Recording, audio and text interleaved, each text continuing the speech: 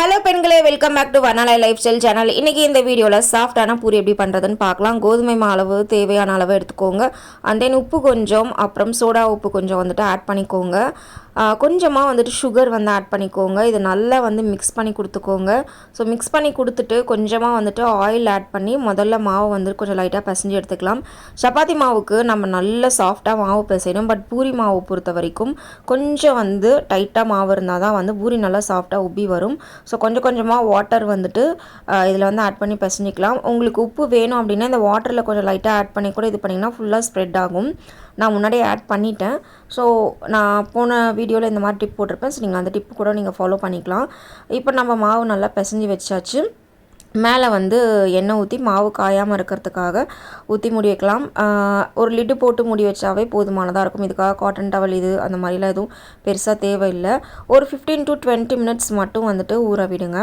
So ஊற விட்ட பிறகு ஒரு சில டிப்ஸ்லாம் வந்துட்டு நீங்கள் ஃபாலோ பண்ணிங்க அப்படின்னா கண்டிப்பாக பூரி சாஃப்டாகவும் வரும், அட் த சேம் டைம் உப்பியும் வரும். நிறைய பேர் வந்து பார்த்திங்கன்னா ரவா வந்து ஆட் பண்ண சொல்லுவாங்க. பட் நம்ம அது கரெக்டான பதத்தில் ஆட் பண்ணல அப்படின்னா கண்டிப்பாக பூரி வந்து ரொம்ப ஹார்டாக வரும். ஸோ நம்மளுக்கு சாப்பிட்றதுக்குமே வந்துட்டு நல்லா இருக்காது. ஒரு ப்ளசண்ட்டான சண்டே ஹாலிடேயில் நான் இந்த பூரி வந்து வீட்டில் செஞ்சிட்ருக்கேன். ஸோ நீங்களும் கண்டிப்பாக வந்துட்டு ஒரு ஹாலிடேனில் ஒரு சூப்பராக வந்துட்டு ஒரு பிரேக்ஃபாஸ்ட்க்கு ட்ரை பண்ணி பாருங்கள். இப்போ நான் எல்லாமே மாவு வந்துட்டு சின்ன சின்ன உருண்டைகளாக ஈவனாக வந்து பிசைஞ்சு வச்சுட்டேன். இப்போ அகைன் கொஞ்சோண்டு ஆயில் வந்துட்டு ஆட் பண்ணி இதை ஃபுல்லாக மிக்ஸ் பண்ணிவிட்டு க்ளோஸ் பண்ணி வச்சுக்கோங்க. நான் வந்து கடலெண்ணெய் வந்து யூஸ் பண்ணியிருக்கேன். ஸோ பூரி போடும்போது கடலெண்ணெய் நம்ம வந்துட்டு யூஸ் பண்ணோம் அப்படின்னா கடலெண்ணெய் ரொம்ப பொங்கி வரும். ஸோ பூரி வேகிறது அது எல்லாமே நம்மளுக்கு உள்ள கிளியராக தெரியாது. ஸோ அப்போ வேணும்னா நீங்கள் வந்துட்டு ஆயில் வந்து ஆட் பண்ணிக்கலாம். இப்போது நான் ஒரு தட்டில் வந்துட்டு ஆயில் லைட்டாக க்ரீஸ் பண்ணி வச்சுருக்கேன். ஸோ இப்போ வந்து நம்ம என்ன பண்ணிடலாம் அப்படின்னா முன்னாடியே நம்மளுக்கு தேவையான அளவு பூரி ஒரு 10 to 15 பூரி வந்து உங்களுக்கு தேவை அப்படின்னா ஃபஸ்ட்டே வந்து தேய்ச்சி வச்சுக்கோங்க. பிகாஸ் நம்ம ஒவ்வொரு பூரி போட்டு தேய்க்கும் போது ஆயில் வந்து ஈவனாக வந்து சூடாயிருக்காது. ஸோ நம்ம வந்துட்டு பூரியை வந்து தேய்ச்சி வச்சுட்டு அதுக்கப்புறமா வந்து ஆயிலை வந்து நல்லா ஹீட் பண்ணிக்கோங்க அடுப்பில் வச்சு. ஸோ ஹீட் பண்ணும்போது நம்ம டக்குன்னு வந்து ஈவனாக எல்லா பூரியுமே வந்து ஒரே மாதிரி நம்மளுக்கு நீட்டாக வெந்துடும். அதே மாதிரி ஆயிலோட ஹீட்டும் வந்து கரெக்டாகவே அதுக்கு வந்து பேலன்ஸ் ஆகிடும். ஸோ இப்போ நான் வந்து பூரிலாம் தேய்ச்சி எடுத்துட்டேன். ஸோ இப்போ நம்ம அடுப்பில் எண்ணெய் கடாயை வந்துட்டு வச்சுட்டு நான் வந்து ஆயில் வந்து யூஸ் பண்ணுறேன். உங்களுக்கு வேணும்னா கடலெண்ணெய் யூஸ் பண்ணிக்கலாம். பட் அது கொஞ்சம் பொங்கும். பிகினர்ஸாக இருந்திங்கன்னா நீங்கள் நார்மல் சன்ஃப்ளவர் ஆயில் அந்த மாதிரி வந்துட்டு யூஸ் பண்ணிக்கோங்க. ஸோ இப்போ நம்ம நல்லா வந்து ஆயில் வந்து ஹீட் ஆகணும், அது வரைக்கும் வெயிட் பண்ணலாம். இந்த மாதிரி ஒரு சில குட்டி குட்டி டிப்ஸ் ஃபாலோ பண்ணிங்க அப்படின்னாவே கண்டிப்பாக வந்துட்டு நம்மளுக்கு பூரி வந்து உப்பி வரும். ஸோ ஆயில் நல்லா ஹீட் ஆன பிறகு பூரி போடணும், அதுதான் ரொம்ப மெயின். போட்டோடனே டக்குன்னு நம்ம வந்துட்டு எடுத்துடணும், ஓரளவுக்கு நல்லா ப்ரௌன் ஆனவுடனே. பட் ரொம்ப நேரம் வச்சு தட்டிகிட்டே இருந்தோம் அப்படின்னா பூரி வந்து ஹார்ட் ஆகிடும். ஸோ நீங்கள் வந்து ஆயில் நல்லா ஹீட் ஆன பிறகு போட்டிங்கன்னா பூரியும் சீக்கிரம் வெந்துடும். அட் த சேம் டைம் நம்மளுக்கு வந்து பார்த்திங்கன்னா சாஃப்டாகவும் இருக்கும். நீங்கள் ரொம்ப வந்து இதுக்கு மெனக்கெடணும் அவசியம் இல்லை. லைட்டாக ஒரு டேப் பண்ணிங்கனாவே நம்மளுக்கு ஓரளவுக்கு அழகாக வந்து பூரி வந்து வெந்துடும். ஸோ வெந்த உடனே நீங்கள் என்ன பண்ணிடலான்னா முடிஞ்ச அளவுக்கு இந்த ஜல்லிக்கரண்டியில் எடுக்கும் போதே ஆயிலை நல்லா வந்து அதுலேயே வந்துட்டு வடிச்சிட்டு எடுத்துருங்க.